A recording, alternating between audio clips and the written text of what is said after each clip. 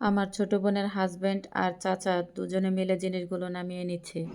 আজকে আমি ফুলবাড়িয়া বাজারে গিয়েছিলাম, তো এই বাজার থেকে কিছু জিনিসপত্র কিনে নিয়ে আসলাম। বাজার আমাদের অনেক দূরে, তাই একসাথে 1.5 মাসের বাজার করে নিয়ে আসলাম। তো কি কি বাজার করলাম সেটাই আপনাদের মাঝে এখন আমি শেয়ার করব। তো কি কি বাজার করলাম এখন বলতেছি। 10 কেজি আটা, 3 বস্তা চাউল, 10 কেজি আলু, সাথে গুঁড়া মাছ, পেঁয়াজ, রসুন, যাবতীয় জিনিস যা যা লাগে আর কি। তো আমার এই বাজারটা আগের দিনই করা হয়ে যেত। ব্যাংকে গিয়েছিলাম টাকা ওঠানোর জন্য, কোনো একটা কারণবশত টাকাগুলো উঠাতে পারিনি।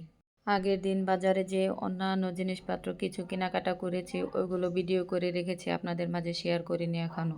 সাথে করে ছোট মেয়েকে নিয়ে গেছিলাম, তার আবদার ছিল সে বিরিয়ানি খাবে, তাই তাকে বিরিয়ানি খাওয়াতে নিয়ে গিয়েছিলাম। তো বিরিয়ানি খাওয়ার ভিডিওটা আমি এখানে দেইনি, দেখাবো অন্য একদিন। মূলত আমি এই ছোটো মাছগুলো কিনেছি শুটকি খাওয়ার জন্য। আমার ছোট বোনের হাজব্যান্ড বলল আপু শুটকি দিলে ভালো হবে, তাই এই ছোটো মাছগুলো কেনা আমার। ছোট মাছ আমার মেয়েরাও পছন্দ করে না, আমিও করি না। বড় মাছ কিনতে চেয়েছিলাম, সময়ের অভাবে কিনতে পারিনি। কাটা বাছা একা একাই আমাকেই তো করতে হবে, তার জন্য আমি কিনিনি।